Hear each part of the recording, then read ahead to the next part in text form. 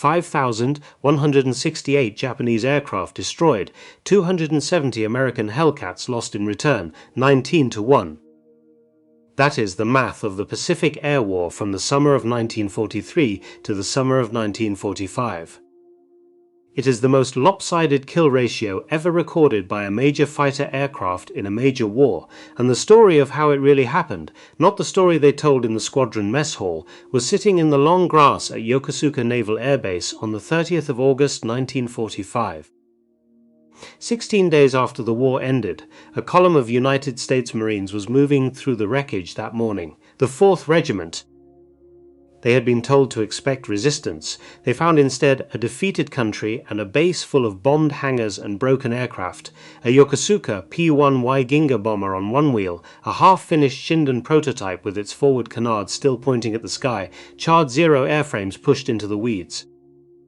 And then a sergeant stopped walking. He had seen something he could not at first understand. In the long grass at the edge of the dispersal area sat an aircraft he knew by heart. He had flown beside its sister ships off carrier decks for 2 years. He had watched them spit 6 streams of 50 caliber fire into Japanese formations. He had buried friends who came home in airplanes like it, and friends who did not come home at all. A Grumman F-6F Hellcat, but this Hellcat wore no white star. The fuselage carried the red disk of the rising sun, tastily painted, the lacquer cracked and weeping in long brown streaks down the aluminum. The American national insignia had been overpainted in a hurry, the corners showing through where the brush ran out. The tail bore no American serial. In its place, a single hand-brushed Japanese marking, Yo 801, the code of the Yokosuka Air Group. The sergeant climbed up onto the wing. The cockpit was gutted. The instruments had been stripped. The big Pratt & Whitney R2800 engine in the nose was cold. Its propeller bent inward where the aircraft had been shoved aside long ago and forgotten. He knelt and rubbed the dust from the vertical stabilizer. Underneath, still legible, still American, the bureau number stared back at him. 71441. This was the aircraft of Lieutenant Junior Grade Charles V August of Fighter Squadron 44 off the carrier USS Langley. It had vanished from a sky over Formosa nearly 8 months earlier. The Navy listed him missing in action. His parents received the standard missing in action telegram. The Navy could tell them nothing more, and here, in the long grass of a defeated empire, sat his airplane. The question the sergeant could not ask out loud, the question this entire story is about, was what the Japanese had done with it. Why they dragged it across an ocean, why they painted it in their own colors, why they brought it to the most important aviation research center in the empire. And why, in the end, after all that effort, it was left here to rot. This is the story of a captured Hellcat that was supposed to reveal a secret. It is also the story of a secret that had already been known by both sides for almost 3 years. By the time this Hellcat landed in Japanese hands in January of 1945, the war in the air had already been decided. 5,000 Japanese aircraft had already burned. A kill ratio that would settle near 19-1 had already been written into the cold ledgers of naval intelligence. The captured Hellcat was not the autopsy of a living patient. It was the autopsy of a corpse, performed by surgeons who no longer had the strength to lift the scalpel. To understand why, you have to go back to the beginning. You have to go back to a sky that belonged to Japan. December 8, 1941, Tokyo time. In the grey hour before dawn, a 25-year-old petty officer first class named Saburo Sakai sits in the cockpit of an A6M0 on a humid dirt airstrip outside Tainan, on the Japanese-held island of Formosa. The runway smells of palm rot and gasoline. 600 miles to the south, on the American-held island of Luzon, 3 squadrons of P-40 fighters sit on the ground at Clark Field. Word of Pearl Harbor reached them 9 hours ago. They are refueling between patrols. They will not be in the air when the Tainan Air Group arrives overhead. Sakai is a small man with a sharp face and a quiet voice. He has been flying for the Imperial Japanese Navy since he was 20. He has killed already in the long brutal war against China. He believes, the way every Japanese pilot believes, that the spirit of the warrior is what wins a battle. The machine, he has been taught, is only the warrior's sword. His sword that morning is the finest in the world. The Mitsubishi A6M, called by the Japanese the Type 0, is a marvel of intentional sacrifice. Its designer, the Mitsubishi engineer Jiro Horikoshi, has stripped away every ounce of weight that is not propulsion or firepower. There is no armor behind the pilot's seat. There are no self-sealing tanks in the wings. The skin is thin. The frame is thin. The very rivets are smaller than American naval engineers will believe possible when they first measure them. What the aircraft cannot survive, the philosophy of its makers says the pilot's skill will avoid. That morning over Clark Field, Sakai puts a P-40 of the United States Army Air Forces into the dirt of a Filipino sugar plantation. The American pilot dies before he understands what has hit him. By noon, half the American air power in the Pacific is burning on the runways below. In the months that follow, the Zero performs an act of magic over Manila, over Singapore, over Darwin, over Java. The British lose their Buffaloes and their Hurricanes. The Dutch lose their Brewsters. The Americans lose their P-40s and their P-36s, and finally even their carrier-borne Wildcats. Allied intelligence officers cannot agree on what the aircraft even looks like. They guess at its top speed. They guess at its range. They guess wrong. By the spring of 1942, a single order has been written into every American pilot's briefing card. Do not, under any circumstance, attempt to turn with a zero. To turn with one is to die. For 6 months that warning holds. And then, in the cold blue water off a small island in the Aleutians, the warning is about to be quietly, completely overturned. Here is the first thing this story is not about. It is not about a captured Hellcat revealing the truth. The truth had already been revealed, 2.5 years earlier, to the other side, June 4th, 1942. The same morning, the Imperial Navy is about to lose 4 aircraft carriers and the heart of its veteran Air Corps at the Battle of Midway. A smaller drama is unfolding 2,500 miles to the north. Off the volcanic spine of the Aleutian Islands, a Japanese carrier group is launching a diversionary strike against the American base at Dutch Harbor, Alaska. One of those aircraft is a brand new A6M20 flown by Flight Petty Officer Tadayoshi Koga. Koga is 19 years old. He has been a naval aviator for less than a year. His face, in the only surviving photograph, is the round, unfinished face of a boy who should be in a classroom. Over Dutch Harbor, American ground gunners hit his fuel line, a single bullet, a pinprick. Trailing a thin ribbon of gasoline, Koga turns north toward a designated emergency landing area on a fog-bound island called Akutan. His orders, like the orders of every Japanese pilot in the war, are clear. Do not allow the aircraft to fall into American hands. If you cannot return, ditch in deep water. If you cannot ditch, destroy the aircraft. If you cannot destroy it, destroy yourself.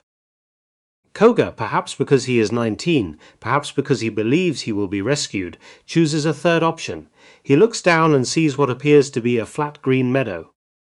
He lowers his landing gear. He brings the Zero in clean. The meadow is a marsh. The wheels lock. The aircraft flips forward onto its back. Koga's neck breaks against the canopy frame. He dies in the cockpit, in silence, on land Japan will never see again. 5 weeks later, an American patrol plane spots the wreck. The Navy sends a recovery team. By August, the Zero is on a freighter to San Diego. By September, an American test pilot named Lieutenant Commander Eddie Sanders has it flying over the California desert. Every secret Jiro Horikoshi had built into that airplane spills out under American hands.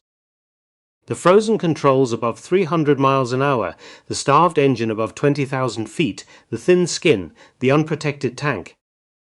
The fragile, brilliant, doomed philosophy of the warrior's sword. And here is the twist almost no one tells you. This small, almost accidental, almost forgotten salvage operation on a fog-bound island in the Aleutians, this is the captured aircraft that actually changed the war. Not a Hellcat, a Zero, recovered by the side that was supposedly losing, more than 2 years before the side that was supposedly winning would manage to do the same in reverse. By the autumn of 1942, American pilots in the South Pacific were being briefed on how to kill a Zero in detail their commanders 3 months earlier could not have imagined.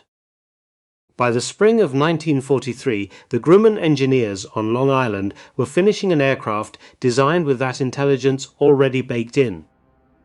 They were going to call it the Hellcat, and Saburo Sakai in a sky over the Solomon Islands, was about to learn what it felt like when the magic stopped working.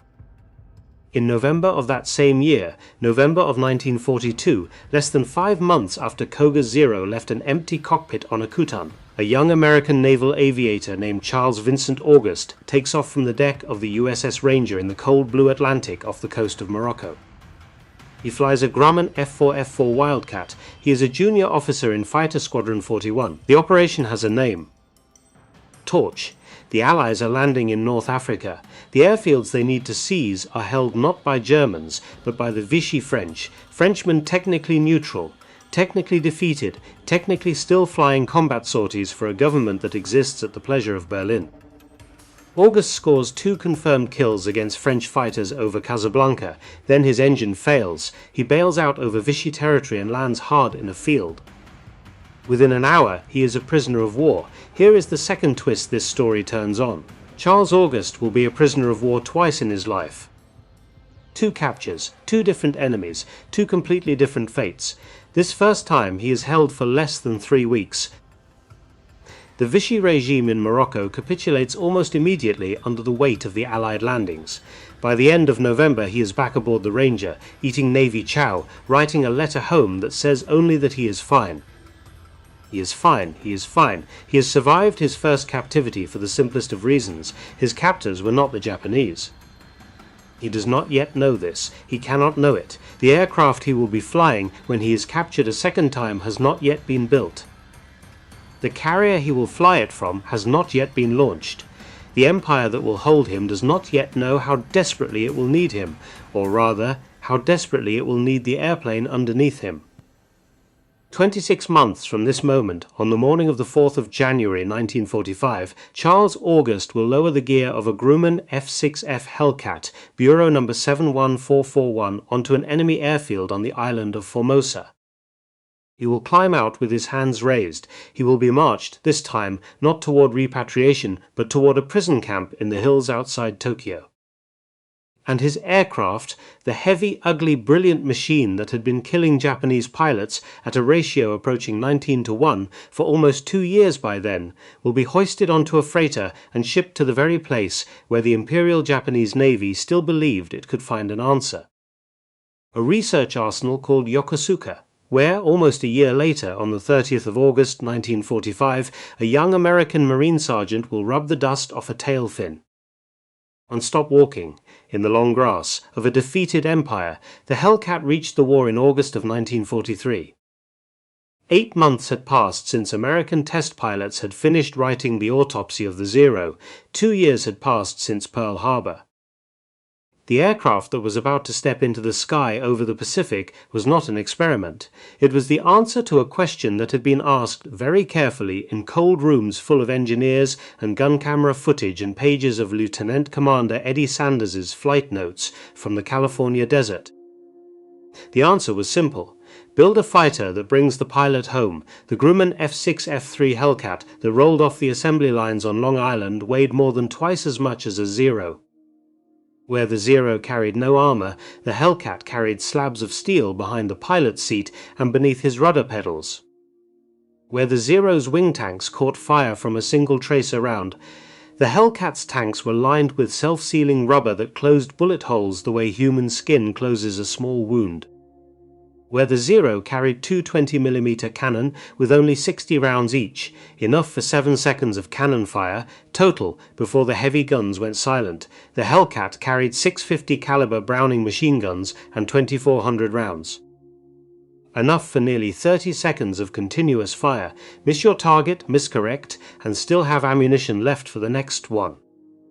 Bolted into the nose was a Pratt & Whitney R2800 double Wasp, 18 cylinders, 2,000 horsepower. The Zero's engine produced barely half that.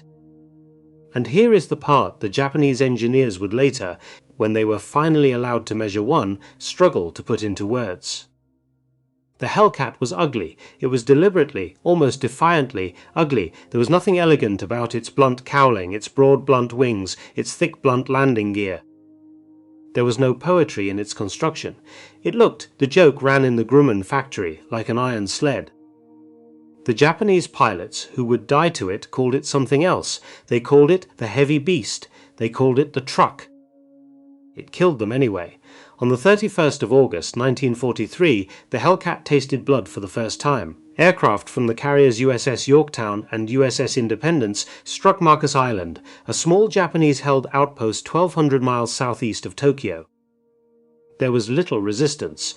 The Hellcats came home untouched, but the message had been sent. In the month that followed, off Wake, off Tarawa, off Kwajalein, off Truk, the new American fighter began to teach the Imperial Japanese Navy what the next phase of the war was going to look like. The veteran Zero pilots could still outturn it. They could still climb a little better below 10,000 feet. None of that mattered, because the Hellcats refused to turn. They came down from above in pairs, fired one long burst with all 6 guns, and extended away on raw horsepower the Zero could not match. The Japanese intelligence reports back to Tokyo from those engagements used a single word again and again to describe the new American tactic. The word was cowardly. It was the word of men who did not yet understand that the rules of the war had changed. By the spring of 1944, Subaru Sakai understood. He had been close to dead for almost 2 years. On the 7th of August 1942, over the island of Guadalcanal in the Solomons, Sakai had made the worst mistake of his life. He saw 8 aircraft below him and identified them as American F-4F Wildcats. He climbed onto their tails. He opened fire at point-blank range. They were dauntless dive bombers. Each one had a rear gunner. Each rear gunner had a .30 caliber machine gun. Sakai had flown directly into a wall of 8 of them at once. A bullet went through the right side of his canopy and through the right side of his face. It paralyzed the left side of his body. It blinded his right eye. It put a piece of metal into his skull that the surgeons in Rabaul would never quite manage to remove. He flew 640 miles back to base. He did not know how. He did not remember most of it. The cold wind through the shattered canopy kept him conscious. The autopilot of muscle memory, the 800 flight hours already burned into his nervous system, did the rest. He landed his Zero with one functioning eye on a runway he could barely see. He should have died there. He did not. He was sent home to Japan to recover. He was promoted. He trained new pilots. And in April of 1944, with the war collapsing around him, with his right eye permanently dark, he convinced the Imperial Navy to put him back in a cockpit. They sent him to Iwo Jima. He arrived in time to see the doctrine that had built him die. In Tokyo, in the offices of the Mitsubishi Aircraft Company, the man who had designed the Zero was watching his own creation become a death trap. Jiro Horikoshi was 41 years old. He had begun the war as a national hero. By 1944, he was a tired engineer in a country running out of aluminum. Here is the twist that Japan's official histories for decades did not want to discuss. Horikoshi had known. He had known since at least 1942 that the Zero could not be upgraded forever. The airframe was too light to absorb a more powerful engine. The wings were too thin to carry armor. Every modification the Navy demanded, heavier cannon, more fuel, additional radios, chipped away at the one quality the aircraft had been built around, which was its impossible beautiful agility. So in 1942, Mitsubishi had begun designing a successor. They called it the A7M. The poetic name was Reppu. It meant strong gale. The Reppu was supposed to be everything the Zero refused to be. Heavy, armored, powered by a new Mitsubishi engine called the Ha-43, capable of pushing 2,000 horsepower. On paper, it was a match for the Hellcat. On paper, it could have changed the math, but the Imperial Navy demanded that the prototype use a smaller engine, the Nakajima Homare, in order to maintain production commonality with other aircraft. The smaller engine could not lift the heavier airframe with the performance the Navy required. The prototype failed its tests in 1944. By the time Mitsubishi was finally allowed to fit the larger engine the design had always needed, an American B-29 raid in December of that year flattened the factory. 8 prototypes of the airplane that might have given Japan a fighting chance, lying in the rubble of a Nagoya assembly line. This is the twist. Japan did not lose the air war because America built a better airplane. Japan lost the air war because Japan, in the most literal sense the words can carry, refused to allow itself to build one. The Hellcat did not have to be unbeatable. It only had to be present, while the Repu was not, and in June of 1944 the Hellcat was very, very present. The morning of the 19th of June broke clear over the Philippine Sea. 2 American carrier task forces, 15 carriers, more than 900 aircraft, waited on station east of the Mariana Islands. 300 miles to the west, the entire striking power of the Imperial Japanese Navy was launching the largest carrier strike of the war. 4 waves, 373 aircraft, the last great offensive Japan would ever fly. The Japanese pilots flying east into the rising sun that morning had, on average, less than 100 hours of flight time. Some had as few as 80. They had been pulled from training schools half finished, fueled with the last of the Empire's aviation gasoline, and sent against the most experienced naval air force in the world. The Americans flying west had something the Japanese could no longer afford: time. The average American pilot had more than 300 flight hours before he ever entered combat. He had been gunnery trained, instrument rated, formation drilled. He flew an aircraft built to forgive his mistakes. He fought as part of a pair, then a section, then a division, all of them watching for each other. The Japanese trainees flew alone. Aboard the USS Lexington, Lieutenant Junior Grade Alexander Vrashew of Fighter Squadron 16 was 25 years old, a former Golden Gloves boxer from East Chicago, Indiana, with 12 confirmed kills already on his record. When the radar plot lit up that morning, he was sitting in the ready room. The flight controller's voice came over the speaker, calm and dry. Many bogies, 265 degrees, distance 110 miles, closing. Vrashew and his wingmen sprinted to their Hellcats. What happened over the next 4 hours was not a battle. It was something the sailors watching from the carrier decks below, men who had been at Pearl Harbor, at Coral Sea, at Midway, at Guadalcanal, men who had buried friends in the deep water of every reef in the Pacific, found a single word to describe: a turkey shoot. In the first wave, the Hellcats of Air Group 16 climbed above the incoming Japanese formations and dove. Vrashew, son behind him, full throttle, lined up the first D4Y Judy dive bomber in his sights, one long burst. The Judy's wing tank exploded. He pulled through, lined up the second, another burst, another fire, a third, a fourth. In 8 minutes, Alexander Vrashew shot down 6 Japanese dive bombers. He landed back on the Lexington with 20 rounds of ammunition left in his guns. The flight deck photographer snapped a picture of him holding up 6 fingers. That picture would be in every American newspaper within a week. By the end of the day, the Japanese had lost 243 carrier aircraft over the Philippine Sea. By the end of the second day, after the late American strike that found and sank the carrier Hio, the total losses to the Imperial Japanese Navy had climbed past 390 aircraft, including those caught on the airfields of Guam. American losses across both days were around 130. But here is the twist that gun camera footage and victory dispatches do not tell you. Of those 130 American aircraft lost, fewer than 30 had been brought down in air combat. The rest, the great majority of the rest, were lost in the dark on the evening of June 20th. Admiral Mark Mitcher had ordered his pilots to launch a strike at extreme range, knowing they would not be able to find their carriers in daylight on the return. He turned on the lights of his task force, every carrier, every cruiser, every destroyer, a floating American city in the middle of the dark Pacific, openly inviting submarines, openly inviting attack to bring his pilots home. Most of them ran out of fuel anyway. They ditched in the sea around the lit ships. Boats fished them out in the dark. The Americans did not lose those airplanes to the Zero. They lost them to distance and to the dark, and to the cost of fighting a war so far from home that even your best aircraft cannot carry you back. That was the price the Americans were willing to pay for a victory. The Japanese had not been willing to pay it. Not really. They had sent half-trained boys against trained men in airplanes that could not absorb damage, with no plan for what would happen if the boys did not come back. This is the twist almost no documentary will state plainly. The Marianas Turkey Shoot was not won by the Hellcat. It was won by the training pipeline that produced the Hellcat's pilots. Saburo Sakai felt the truth of it 5 days later.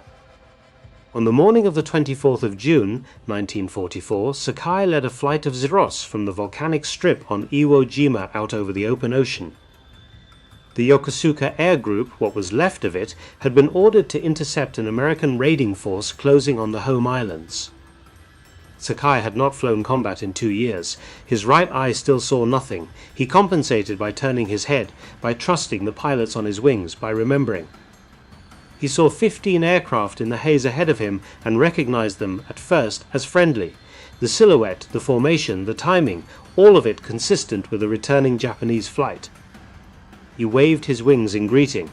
The 15 aircraft turned toward him in a coordinated arc he had seen by then in his nightmares. They were Hellcats. For the next 20 minutes, Saburo Sakai, the highest-scoring living ace of the Imperial Japanese Navy, did one thing and one thing only. He refused to die. He flew, he weaved, he dove and broke and climbed and dove again. He did not fire a single round. He did not try to engage. He understood, with a clarity he could not have articulated in 1941, that the question was no longer whether he could kill the Americans. The question was whether he could survive long enough for them to lose interest. After 20 minutes, they did. He flew his Zero back to Iwo Jima, with sweat freezing on his flight suit and one functional eye burning in his skull. He climbed out of the cockpit. The ground crew counted the bullet holes. There were none, and here is the twist that Sakai himself, decades later in a quiet conversation with an American journalist, finally put into words. He said, "I did not win. I just did not lose. The greatest living Japanese ace, the inheritor of the warrior pilot doctrine that had built the Zero, the philosophy that had ruled the Pacific in 1941, had just admitted out loud what every honest man in his navy already knew. Spirit was no longer enough, training was no longer enough, the Zero was no longer enough, and not a single Hellcat had yet been laid hands on by Japan. By autumn, the math became something stranger than defeat. It became philosophy. In the middle of October 1944, a 53-year-old vice admiral named Takejiro Onishi flew into Manila to take command of what was left of Japanese naval aviation in the Philippines. He found when he arrived less than 100 operational aircraft and fewer trained pilots. On the 19th of October, in a darkened ready room at Mabalacat airfield north of Manila, Onishi spoke to a small group of young pilots. He told them, in a quiet voice, that there was no longer any conventional way to stop the American invasion fleet now closing on Leyte Gulf. He proposed a different way. He proposed that they aim their aircraft at the American ships and not pull out. The unit he formed that night was called the Shinpu Tokubetsu Kogekitai, the Divine Wind Special Attack Unit. In the West it would be remembered by a shorter word. Kamikaze. The first successful kamikaze mission flew on the 25th of October. An earlier attempt, led by Lieutenant Yoshiyasu Kuno on the 21st, had failed when Kuno was killed without reaching a target. Then on the 25th, a 23-year-old Naval Academy graduate named Lieutenant Yukio Seki led 5 Zeros loaded with bombs against the American escort carriers off the island of Samar. Off Samar that same morning, the lightest, weakest American naval force ever asked to face a Japanese battleship line, Task Unit 77.4.3, known by its radio call sign as Taffy 3, was fighting for its life against the heavy guns of Admiral Kurita's battleships and cruisers. The escort carrier Gambier Bay was already sinking. The destroyers Johnston and Hull and the destroyer escort Samuel B. Roberts were charging the Japanese fleet at flank speed, firing 5-inch guns, launching torpedoes, dying.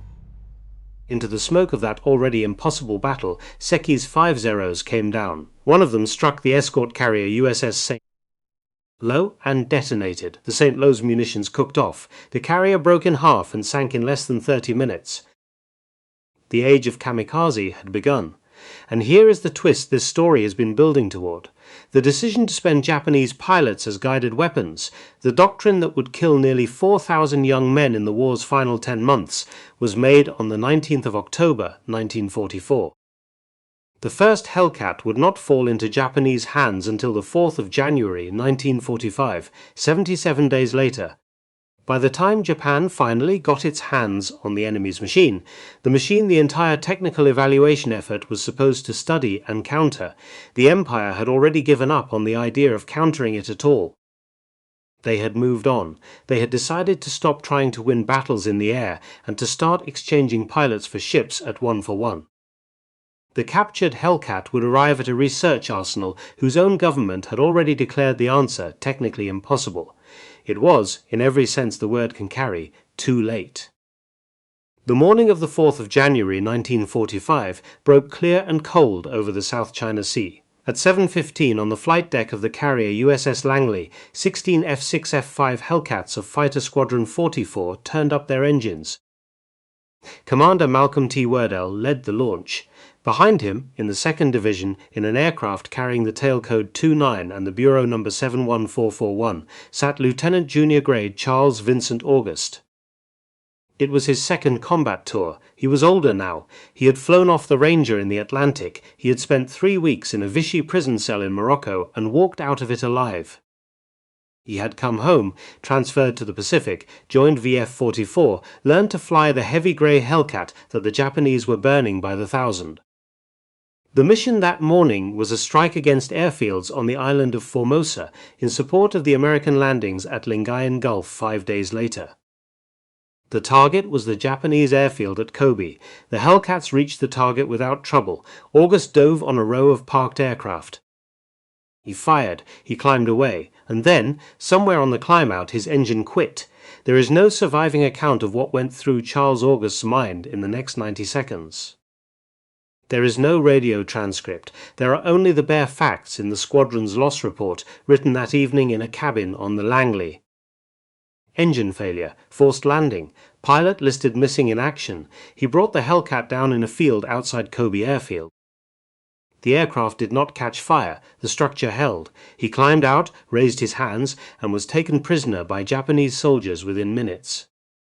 His Hellcat, Bureau number 71441, the aircraft on which someone, somewhere in the Imperial Japanese Navy, had pinned a desperate and very late hope, was still intact behind him.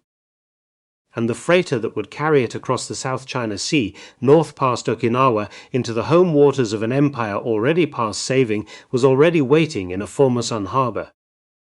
Bound for a research arsenal called Yokosuka, the Hellcat with Bureau number 71441 did not stay long on the field where Charles August had left it. Within a day, Japanese ground crews from the air group based at Kobe had pulled the bent propeller off and chained the tail to a truck. They towed it across the airfield to a hangar. They drained what was left of its fuel. They photographed it.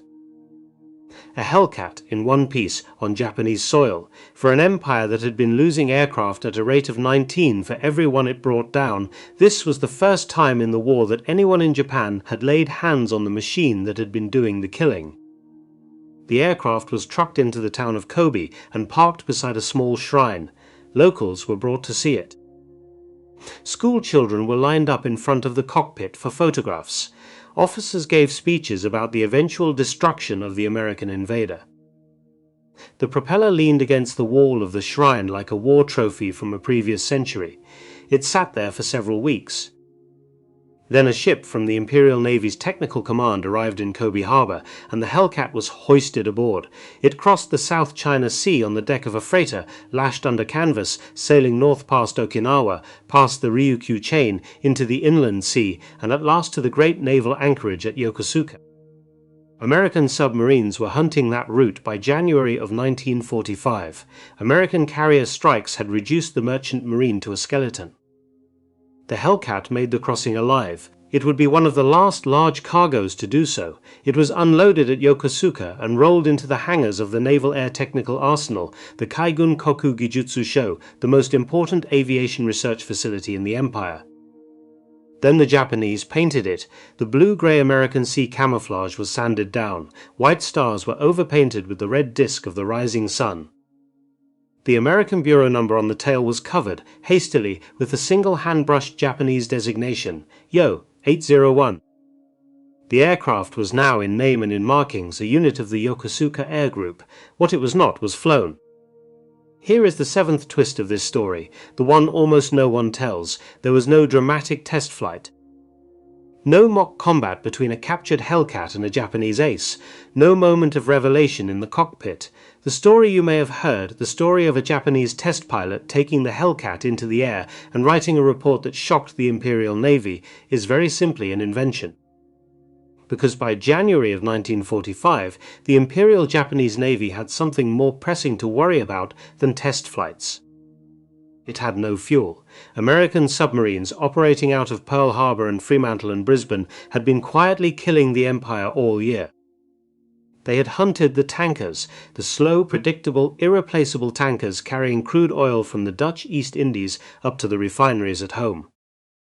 By the end of 1944, Japan was importing less than 10% of the petroleum it had been receiving in 1943. By the spring of 1945, aviation gasoline reserves had collapsed past the point where flight training could be conducted at all. Squadrons were grounded.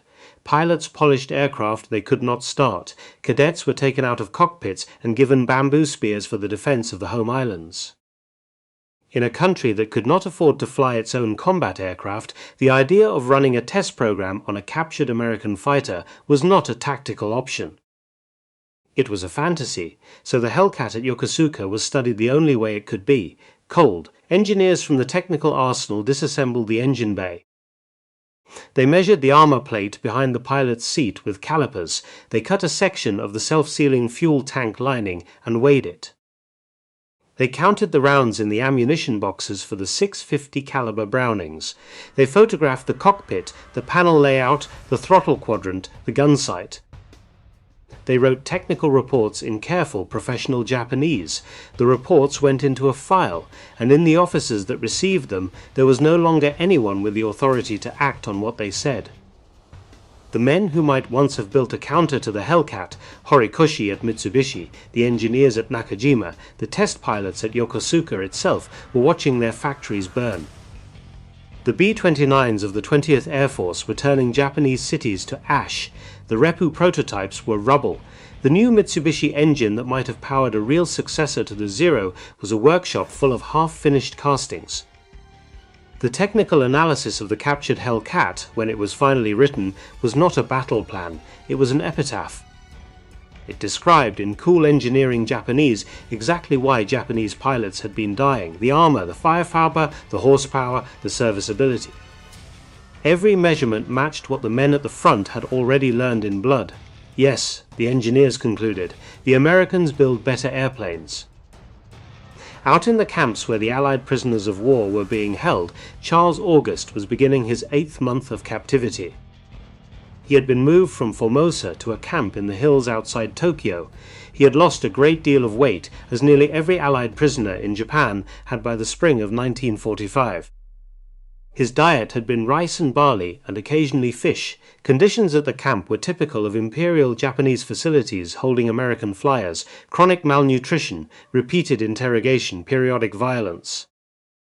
The records of his interrogation do not survive. What is known is that he was held, like the other American flyers, in a camp run by the Imperial Navy, and that he gave his captors no information beyond what the Geneva Convention required. He did not know, because no one told him, that the airplane he had been flying when he was shot down was sitting in a hangar less than 40 miles from his cell, painted in the colors of the men holding him. In Tokyo, on the 15th of August, 1945, the radio broadcast that ended the war was made. It was made by the Emperor himself. It was the first time in history that the Japanese people had heard his voice. He did not use the word surrender. He used a phrase that, when translated, meant only that the situation had developed not necessarily to Japan's advantage. The next day, in the early hours of the morning of the 16th of August, Vice Admiral Takijiro Onishi, the man who had stood in the dark ready room at Mabalacat 10 months earlier and proposed that young pilots aim their aircraft into American ships, committed seppuku in his official residence in Tokyo. He used a short sword. He cut deeply, in the traditional manner, but he refused a second to deliver the killing stroke, and he refused all medical aid.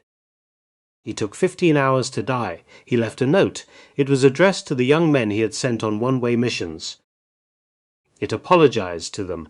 It thanked them for what they had given. It asked their families to live for the future, to rebuild what their sons had died for, in some way that the dying could not have foreseen.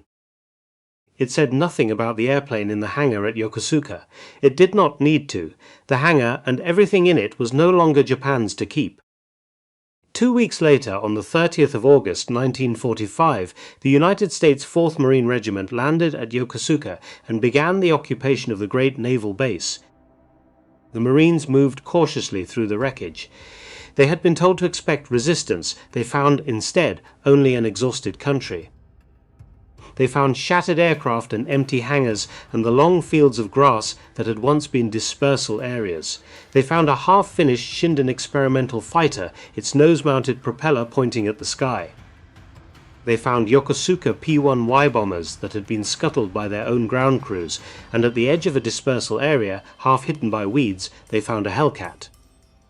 It wore the rising sun on its fuselage, the lacquer had cracked, the propeller was bent, the cockpit had been stripped of instruments.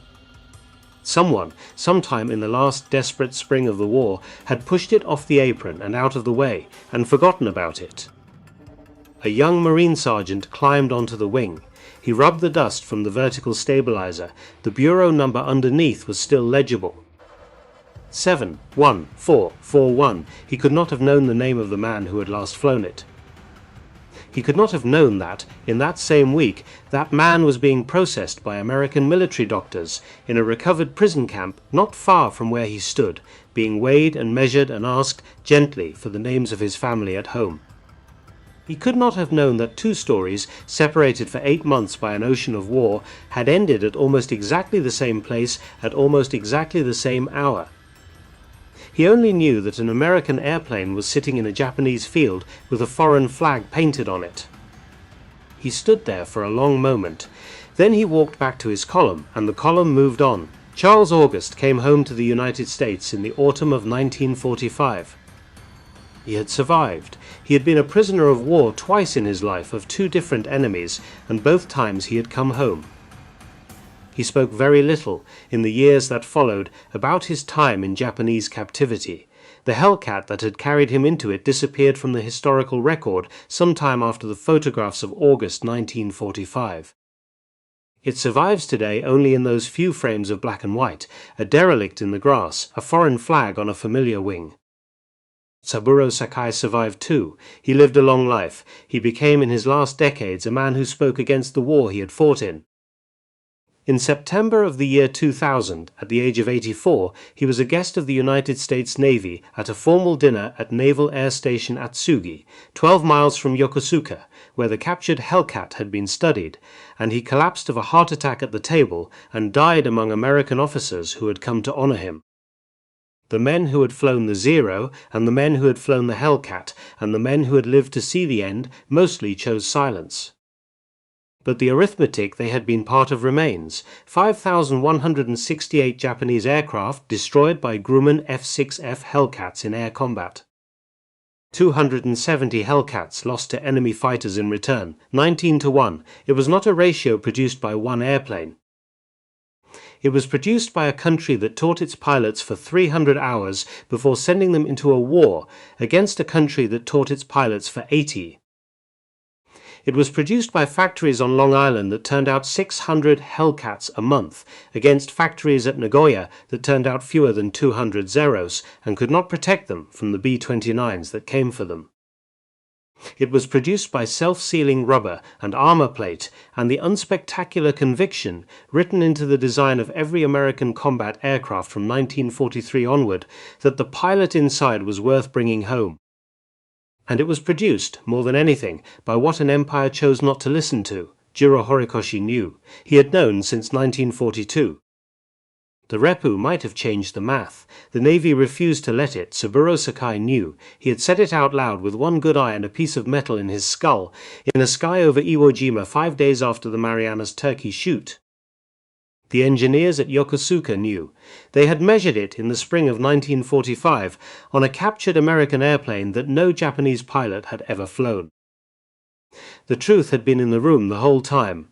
It only needed someone with the authority to act on it. and by the time the Hellcat with the bent propeller came to rest in the long grass at Yokosuka, no one with that authority was left. That is what the captured Hellcat actually revealed, not the engineering of an enemy aircraft, the cost in human lives of choosing the myth over the math.